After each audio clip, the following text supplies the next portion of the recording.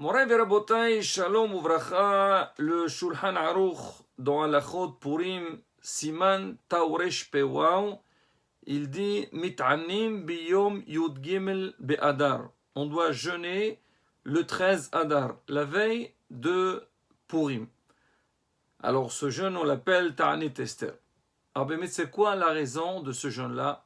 Beaucoup pensent qu'on fait ce jeûne par rapport au jeûne que Esther elle avait fait au moment qu'elle était entrée chez Ahashverosh, quand Mordechai il lui a dit il faut que tu ailles voir le roi Ahashverosh et lui dire qu'il y a un xara sur ton peuple. Elle a dit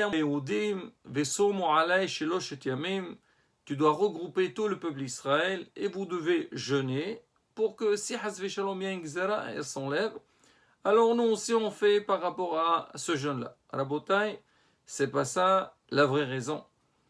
Alors les Mefarshim m'expliquent en fait c'est quoi la raison de ce jeûne. C'est qu'on sait que Aman Arasha, il avait décrété sur le peuple d'Israël, Hasve Shalom, pour les exterminer, le 13 Adar. Et donc ce jour-là, c'était un jour qui était prévu pour une grande guerre, Hasve Shalom, contre l'Am Israël.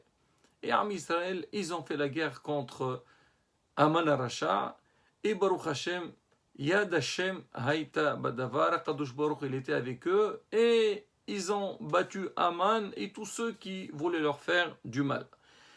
Et ils avaient l'habitude, c'est que le jour qu'il y a une guerre, alors bien sûr faire des tfilotes. Il faut bien sûr faire ishtadlut, mais surtout s'adresser à Kadosh Baruch Hu pour qu'il nous protège de nos ennemis. Et Am Israël, ils ont fait des slihot, tahanounim, ta'aniyot, ils ont jeûné. Et Baruch Hashem, le mérite de ces prières et ce jeûne les a aidés pour battre l'ennemi. Où on a vu ça? On a vu ça avec Moshe Rabbeinu.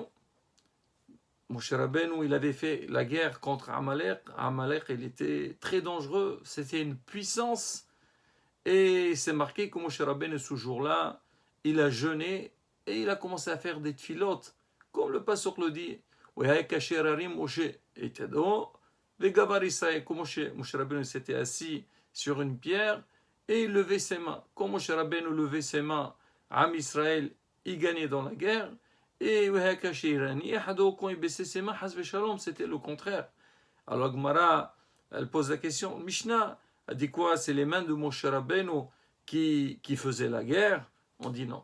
C'est au moment que Moshe Rabbeinu levait les mains, il faisait des tfilotes. Il dit c'est pareil aussi pour nous, Am Israël.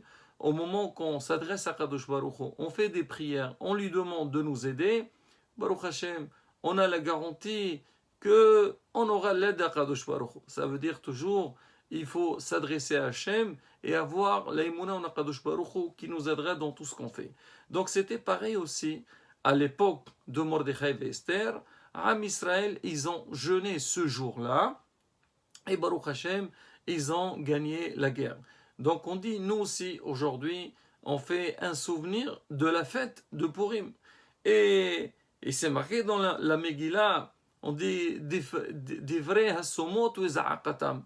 C'est-à-dire on ne doit pas faire seulement un rappel de la victoire, qui est le jour de Purim, mais aussi un rappel à ce que nos ancêtres ils avaient fait dans le passé, et faire aussi un jeûne et des tfilotes. C'est ce qu'on fait dans la tfila de Shahrid. Alors on rajoute des passages par rapport à ce qui s'est passé dans le passé, et bien sûr prier pour l'avenir.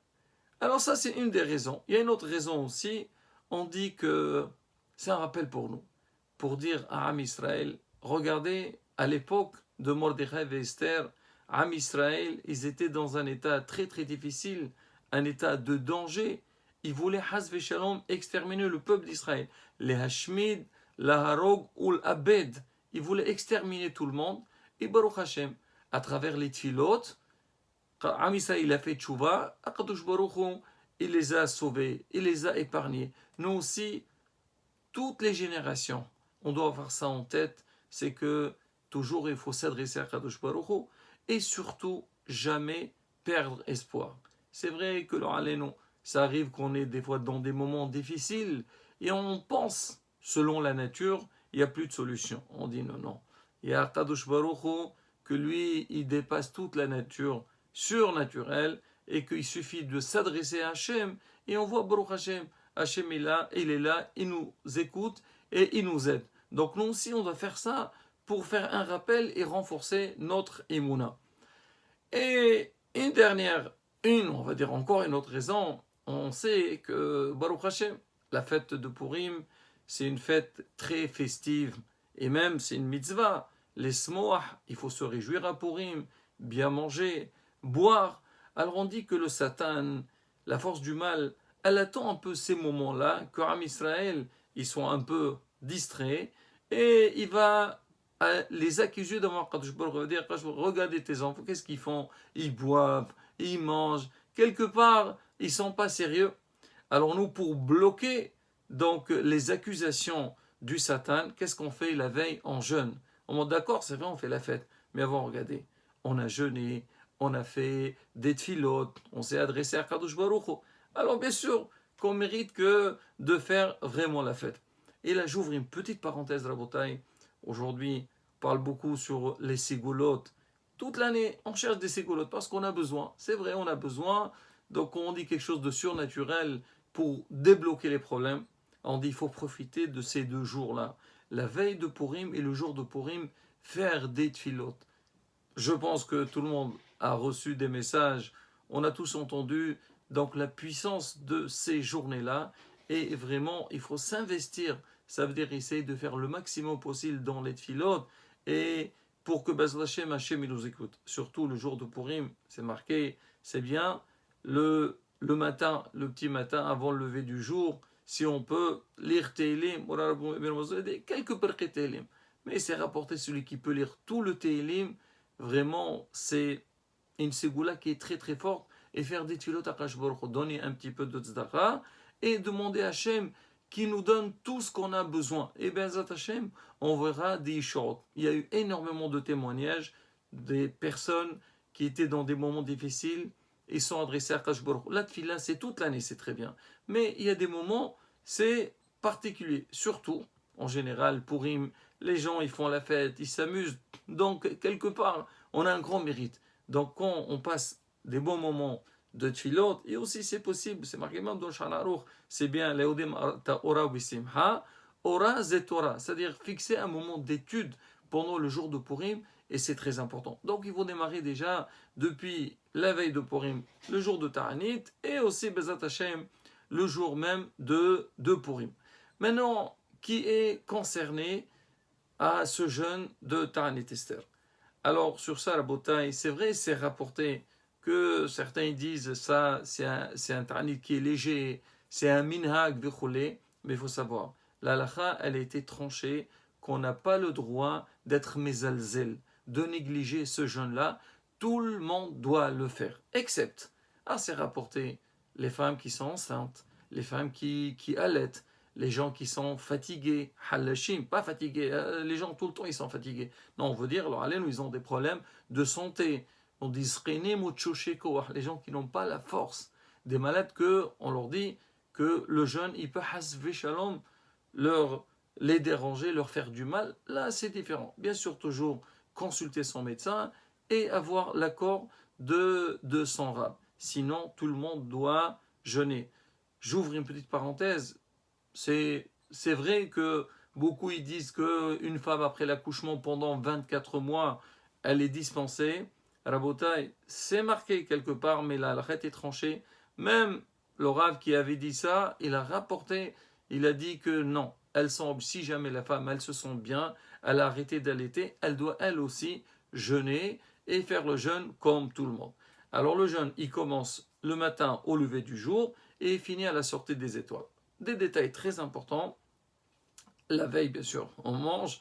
Maintenant, alors, est-ce qu'on a le droit de se lever avant le lever du jour pour manger? Alors, selon le Shulchan Aruch, avant de dormir, on peut faire une condition. On dit que demain matin, avant le lever du jour, on va se lever, on va manger et boire. Donc, on n'a aucun problème. On fait les brachot, si on se lève donc, le petit matin, et donc, et on mange. Al-Piqabal, on dit c'est pas bien de manger. À partir du moment que tu as dormi, chez Natreva, un sommeil fixe, tu n'as plus le droit de manger. Boire, si on a fait la condition, on peut le faire. Alors, les décisionnaires, ils ont dit, celui qui peut se permettre, il vaut mieux. Si jamais on a dormi, il ne faut pas manger le matin, même si tu as fait une condition. Boire, pourquoi pas. Maintenant, si jamais c'est difficile pour la personne, si elle ne mange pas avant le lever du jour, ben, elle n'a qu'à faire la condition et elle mange. Donc chacun, il essaye de gérer par rapport à ses capacités. Maintenant, la sortie du jeûne, c'est vrai, la sortie des étoiles, le jeûne, il est fini. Mais Rabotai, à la sortie des étoiles, disons, à la sortie des étoiles, on doit faire la lecture de la Megillah. Et c'est marqué que avant de lire la Megillah, on n'a pas le droit de manger. Parce que si on va commencer à manger, on va oublier la lecture de la Megillah, on va rater la mitzvah, donc du soir. Alors, qu'est-ce qu'on doit faire? Il faut enchaîner tout de suite. Dans les synagogues, il ne faut pas traîner. Dès la sortie des étoiles, on commence tout de suite la lecture de la Megillah. Comme ça, les gens, ils mangent juste après. Maintenant, si des gens, ils sont fatigués, ou ils savent qu'on dans leur synagogue, ça traîne, le temps que tout le monde arrive, et organiser la synagogue et tout, on aurait le droit de prendre un petit café et manger du gâteau moins que Kabetza. Et pareil aussi pour les dames ou les personnes qui ne vont pas écouter à la synagogue, ils vont écouter à la maison, et surtout, là, des fois, il y a des gens qui sont faibles, ne peuvent pas aller à la synagogue, on va leur faire une lecture à la maison, eux aussi, c'est pareil. Donc, ils peuvent prendre un petit café, un gâteau moins que Kabetza. Si jamais, même ça, c'est pas suffisant, parce que la lecture, elle va avoir lieu très très tard, il y a des décisionnaires qui disent, c'est pas grave, on pourrait manger, mais il faut qu'il y ait un rappel. Par exemple, on se met en accord avec quelqu'un qui va nous lire, à telle heure qui va venir, on va pouvoir écouter. Comme ça, on ne perd pas la lecture de la Megillah. Mais de préférence, comme on a dit, donc faire au plus tôt écouter la Megillah, comme ça, on est tranquille. Voilà Rabotai, donc un résumé de ces halachot. Alors bien sûr, dans la journée, dans la tfila, on fait sortir un Sefer Torah et on lit le passage de Wayhal. Pour monter à la Torah, seulement ceux qui jeûnent, ils doivent le faire.